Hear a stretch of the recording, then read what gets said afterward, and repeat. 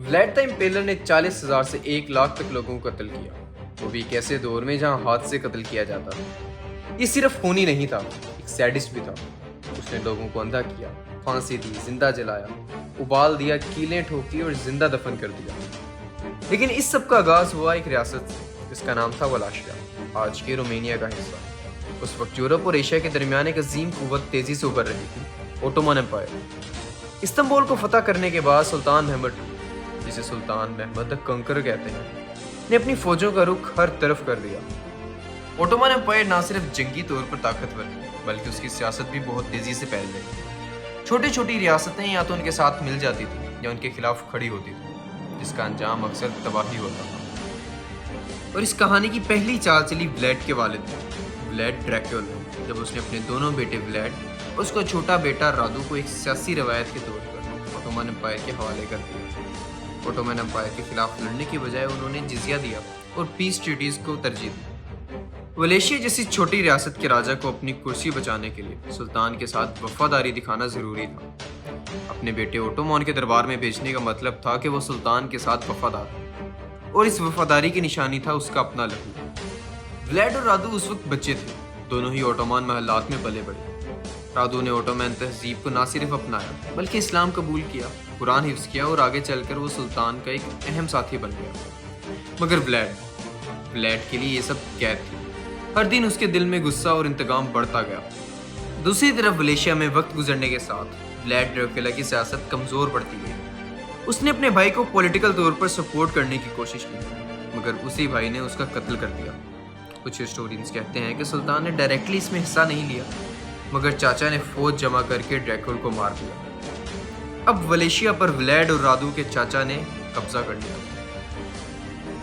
ये वो लम्हा था जब व्लैड के अंदर सब कुछ टूट गया। उसके लिए सियासत, ओटोमन या क्रिश्चियन, सब एक जैसे हो गए। उसके लिए सिर्फ एक बात मायने रखती थी, इंतकाम।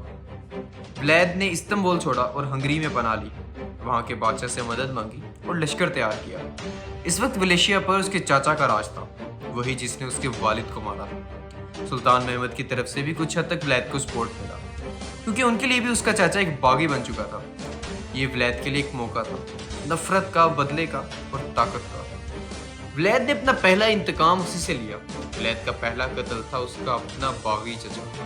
उसने ना सिर्फ उसे मारा बल्कि उसकी लाश को चौक में सूली पर चढ़ा दिया, और यहाँ से उसका नाम पड़ा व्लैद तपेज, यानी व्लैद द इम्पेलर। व्लैद ने पावर में आते ही डाकुओं, चोरों और रिश्वतखोरों का सफाया करना शुरू कर दिया, मगर उसका तरीका वो इनह्यूमन था। वो लोगों को जिंदा सूली पर चढ़ाता था और कई कई दिन तक ये लाशें लटकी रहती थी। कभी कभी एक वक्त में 1000 से ज्यादा लाशें जमा हो जाती थी। व्लैद के इन्हीं खौफनाक तरीकों की वजह से लोग उसे ड्रैक्युला कहते थे, मगर अब उसका निशाना था सुल्तान की सुपर पावर, ओटोमन एम्पायर। व्लैद ने जिजिया अदा करना बंद कर दिया। सुल्तान मोहम्मद फातेह ने इस बेअदबी का जवाब देने के लिए अपना एक सफीर भेजा। सफीर ने व्लैड को समझाया कि तुम्हारा रास्ता गलत है और सुल्तान चाहते हैं कि तुम दोबारा वफादारी का इजहार करो। मगर व्लैद ने गुस्से में जवाब दिया कि पहले तुम अपनी पगड़ी उतारो। सल्तनत उस्मानिया में पगड़ियों का एक निज़ाम था, हर रंग और स्टाइल एक ओहदे को रिप्रेजेंट करता था। सफीर भी एक खास रंग की पगड़ी में था, जिसे उसका रुतबे का निशान समझा जाता था। जब सफीर ने कहा कि वो अपनी पगड़ी नहीं उतारेगा, कि ये उसकी इज्जत का हिस्सा है, तो व्लैड ने बिना कुछ सोचे समझे उसके सर के साथ उसकी पगड़ी को कीलों से ठोक दिया और कहा, अब कभी मत उतारना। उस वक्त यूरोप के लोग भी व्लैड से डरते थे, मगर कुछ उसकी इज्जत भी करते थे, क्योंकि वो ओटोमन एम्पायर के खिलाफ अकेला खड़ा था। यूरोप के लिए ओटोमन एक बढ़ती हुई सुपर पावर थी। सुल्तान महमद II ने कॉन्स्टेंटिनोपल को फतह करके अपना नाम फतह कर लिया था। अब उसका अगला निशाना था बल्कन्स, जहां वलेशिया एक छोटी सी लेकिन स्ट्रेटेजिकली इंपॉर्टेंट रियासत है। 1462 में सुल्तान महमद II ने खुद वलेशिया के खिलाफ जंग की क़यादत की। कुछ रवायात के मुताबिक उसकी फौज की तादाद 90,000 से लेकर 3 लाख तक थी। महमद का मकसद व्लैड ड्रैक्युला को गिरफ्तार करके वलेशिया को अपने काबू में लेना था। व्लैड ने सीधी टक्कर लेने की बजाय एक गुरिल्ला वॉरफेयर का रुख इख्तियार किया। 17 जून 1462 की रात व्लैड रात के अंधेरे में सुल्तान के टेंट पे अटैक करता, मगर सुल्तान ने भी कई जंगें लड़ी थी। वो सब टेंट में वुज़रा मौजूद थे और इस तरह व्लैड के बहुत से फौजी मारे गए। इसके बाद महमद की फौज वलेशिया के दारुल हुकूमत ताकि वो बिस्तर तक पहुंच गए, मगर वहां उनके सामने हुआ एक ऐसा मंजर जो उनका होश उड़ा देगा। पूरा शहर खाली था, लेकिन उसके बाहर लंबी सड़क जिसके दोनों तरफ तकरीबन 20,000 लाशें सूली पर चढ़ाई गई। इन सूलियों का सिलसिला इतना लंबा था कि इसे द फॉरेस्ट ऑफ इम्पेल्ड कहा गया, सूलियों का जंगल। जहां तक नजर जा रही थी वहां तक लाशें लटकी हुई। इस साइकोलॉजिकल वॉरफेयर का ऐसा मंजर था जो महमद की सीजन फौज को भी हिला कर दिया।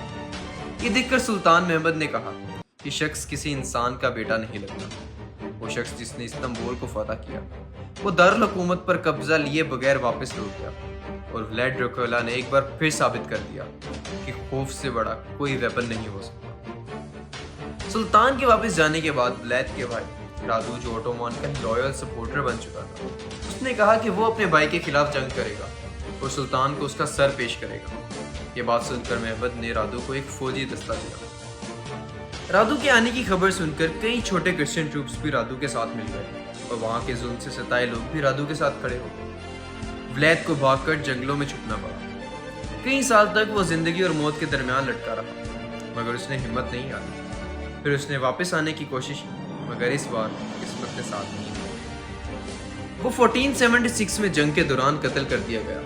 उसका सर काटकर सुल्तान के पास भेज दिया गया था। व्लाद का खौफ इतना गहरा था कि लोगों ने उसे ड्रैकुला कहना शुरू कर दिया, क्योंकि उसके वालिद ड्रैक्यूल का लक़ब रखते थे और व्लाद बन गया Dracula, the son of dragon. मिलते हैं अगली वीडियो में एक नई कहानी के साथ। तब तक के लिए अल्लाह हाफ़िज़।